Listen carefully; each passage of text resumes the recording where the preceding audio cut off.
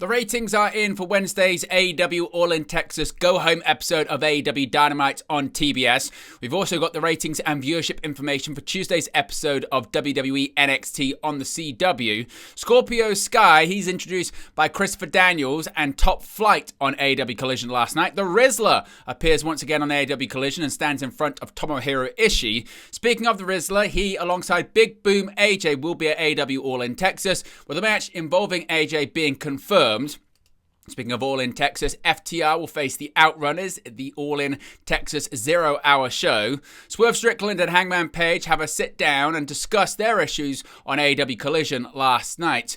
The Trios Championships are on the line at AEW All-In Texas, with that match now being confirmed. The former Enzo Amore appears on last night's episode of TNA Impact. Tasha Steelz betrays Cedric Alexander last night on Impact. Killer Kelly is not medically cleared by TNA Wrestling. Trey Miguel is set to undergo surgery after Slammiversary. Several matches and segments have been confirmed for next week's episode of TNA Impact. Another match has been added to today's Ring of Honor Supercard of Honor pay-per-view. Hiroki Goto is the latest name to be reportedly cast in the Street Fighter film, and Roman Reigns' new nickname is revealed ahead of his WWE television return.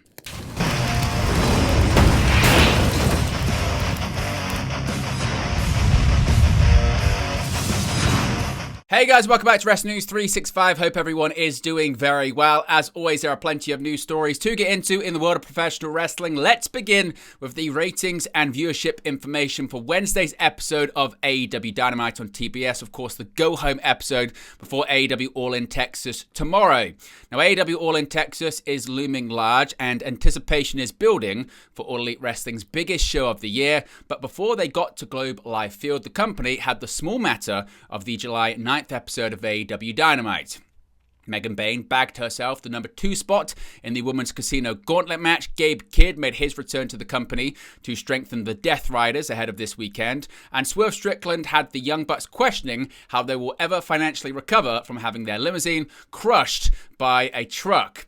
Now, the hype surrounding All-In Texas reflected in the TV ratings for this week, as WrestleNomics and the Programming Insider is reporting that the July 9th episode of Dynamite averaged a total of 637,000 viewers. This is a 9% increase from the 584,000 average viewers that watched Dynamite 300, and is 1% higher than the trailing 4-week average of 632,000 viewers, with all of these figures not factoring in those who stream the show live on HBO Max.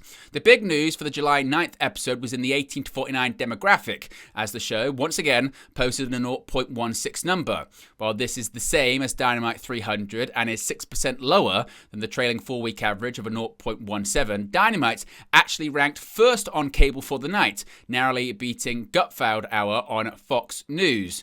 Not only did the show rank first for all primetime cable shows on Wednesday night, but it also broke back into the top 10 when including network telecast, placing 9th for the evening.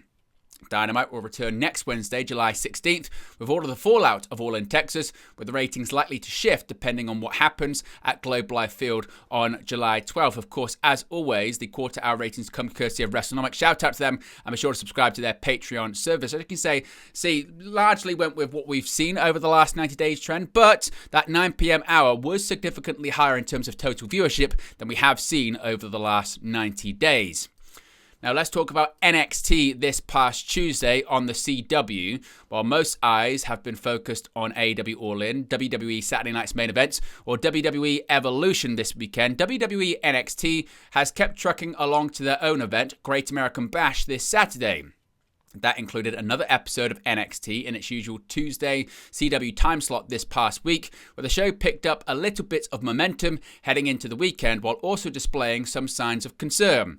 WrestleNomics and Programming Insider report that NXT drew 695,000 viewers for their July 8th episode, along with a 0.16 in the coveted 18 to 49 demographic. Both numbers were up from July 1st, with total viewership rising 11% from 627,000, while the demo was up 7% from a 0.15.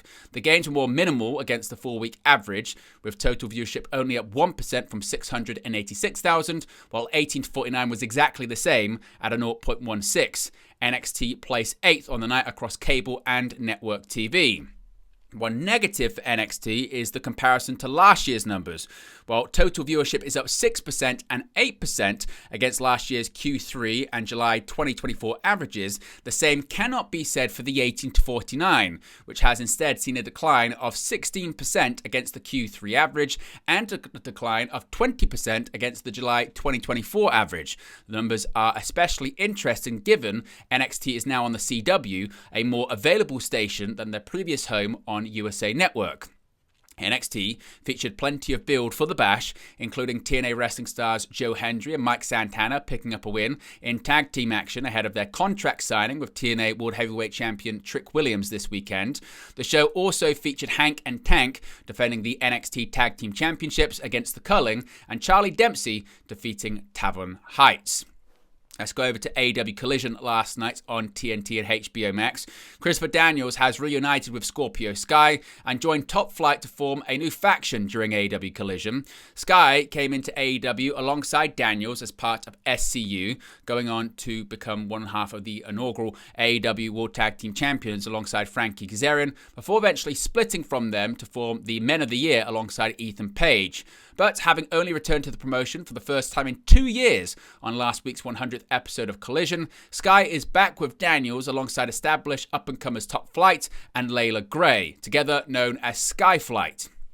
Christopher Daniels is likely to take on a role as the mentor or manager of the group, having retired after his last man standing match with Hangman Page in January. Top Flight will be hoping the alignment brings them greater success, having spent most of the year in AEW and ROH on the losing end of things, including a March attempt alongside AR Fox for the Death Riders World Trios Championships. They were last seen wrestling on TV in May with 2 matches over the month, first losing a World Tag Team title eliminator match to the Hurt Syndicate after just over 4 minutes, and then against La Faction Ingobernables Dralistico, Roosh, and the Beast Mortos alongside Fox. Sky returned to singles action last weekend with a victory over Max Caster in just 55 seconds, and is a former TNT champion alongside his reign as tag champion. The Rizzler was once again on AEW Collision last night. You can see him on your screens right now. The Rizzler made his return to AEW television on the July 10th episode of AEW Collision. He was involved in a backstage segment with Big Boom AJ and Big Justice of the Costco guys, and this set up a match for AEW All-In Texas, which you can also see right there. Big Boom AJ will team up with Tomohiro Ishii, Hologram, and Kyle O'Reilly to take on the Don Callis family, consisting of Lance Archer, Rocky Romero, Hechicero, and Trent Beretta at AEW All-In Texas. This match was announced on the July 10th episode of AEW Collision. In a backstage segment, Big Boom brought in Big Justice and the Rizzler, saying they needed some friends against the Don Callis family, and to Ishii and Hologram. The Don Callis family noted there was 4 of them, leading to O'Reilly stepping in and saying he would be returning to the conglomeration for one night only at AEW All-In Texas. Speaking of AEW All-In, tomorrow, FTR will take on the Outrunners at AEW All-In Texas 0 hour on July 12th. 0 hour airs for free on YouTube ahead of the pay-per-view. FTR defeated the Outrunners on the July 5th episode of AEW Collision. On the July 10th episode of AEW Collision, the Outrunners teamed with Jet Speed to defeat FTR and the Patriarchy. That match is now official for the 0 hour of AEW All-In Texas.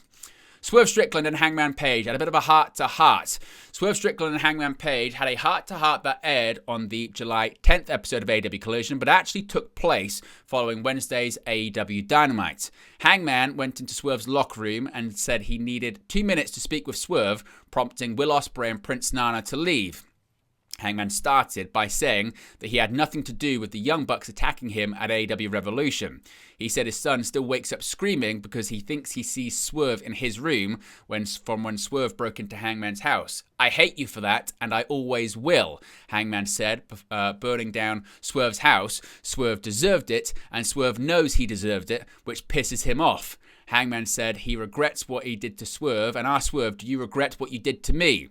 Swerve said that if you asked him before he won the world title, did he regret it? Then no, he didn't. But after everything he's gone through over the past year, he does regret it.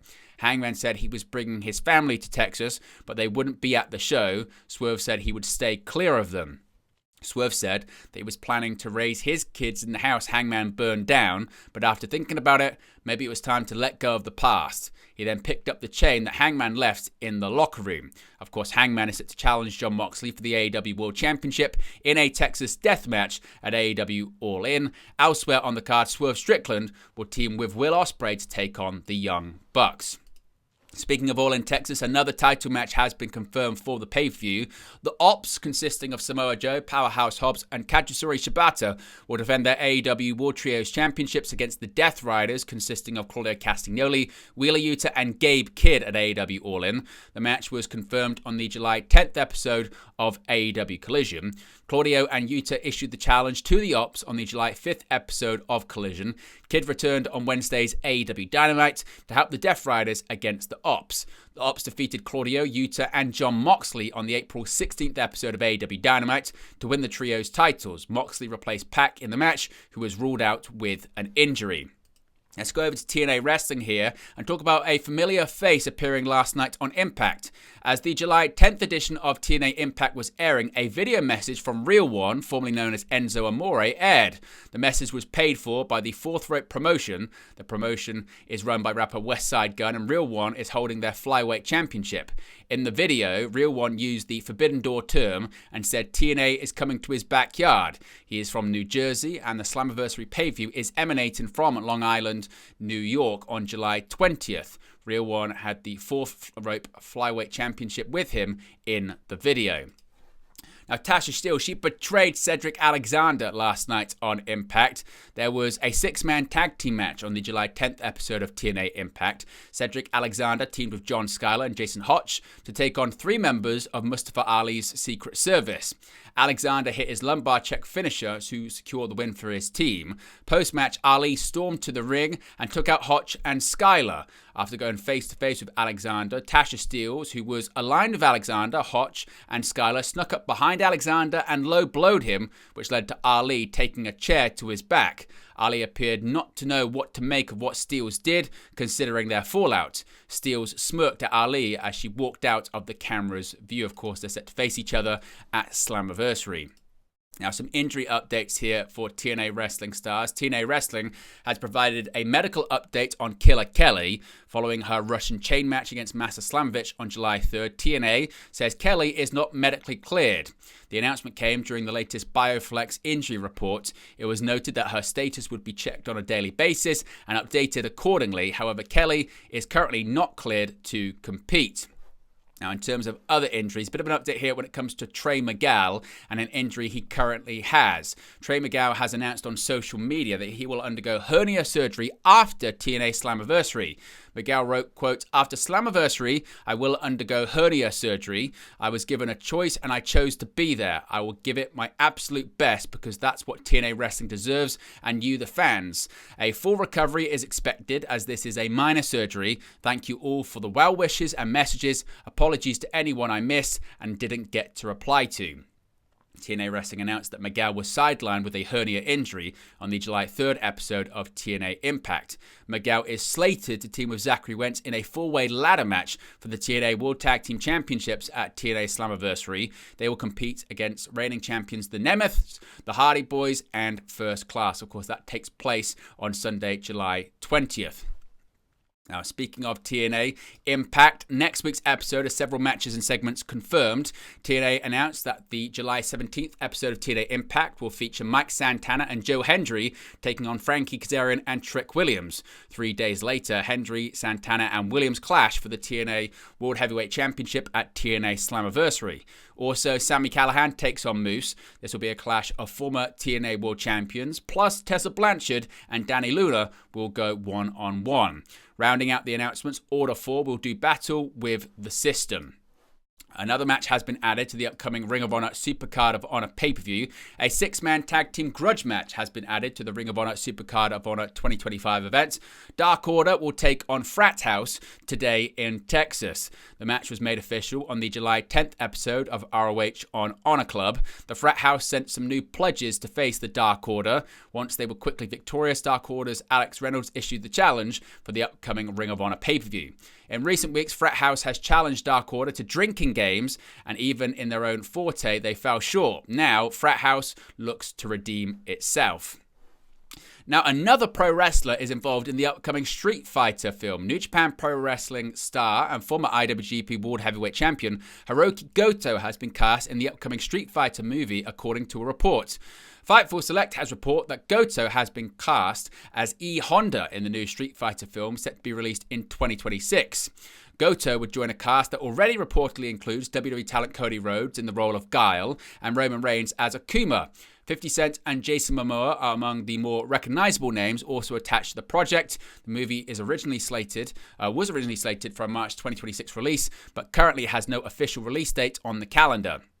Street Fighter is based on the classic Capcom video game of the same name, originally released in 1987.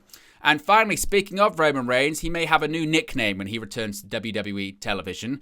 With SummerSlam taking place on August 2nd and 3rd, Roman Reigns has remained absent from WWE television since the Raw after WrestleMania on April 21st, where he and CM Punk were laid out by Seth Rollins and Bron Breakker. Reigns is front and center on the promotional material for SummerSlam, suggesting he is planned for a major position on the show and could return in the weeks leading up to it. When he returned at last year's SummerSlam from a similar post-WrestleMania absence, he adopted the nickname the OTC, standing for the original Tribal Chief. That moniker could reportedly undergo another alteration upon his comeback this year, as, according to WrestleVotes, the leading idea for Reigns is for him to be referred to as OTC 1 or Tribal Chief 1. They tweeted, quote, "With his return drawing closer, we're told the moniker OTC 1 or Tribal Chief 1 is the leading idea for how Roman Reigns will be presented upon his return to TV. Sources continue to indicate Reigns is slated for SummerSlam at MetLife Stadium." So there you go, guys. The latest pro wrestling news for you. Be sure to smash a like on the like button. Be sure to subscribe. As you can see right there, we are now on our way to 24,000 subscribers, on the road to 25k. So if you haven't already, be sure to subscribe. A big weekend of pro wrestling here on the channel. We've got, of course, AEW All-In Texas, Saturday night's main event, and WWE Evolution will be live with watch-alongs and post-show for every single event. I appreciate everyone for tuning in, as always, and I'll speak to you again very, very soon. Hey guys, thank you for watching, listening, streaming, or however you come across this video today. Be sure to click on the video on the right there to watch our next video, or click the bottom there to subscribe, or the bottom right hand corner. Thank you very much, and I'll speak to you again very soon.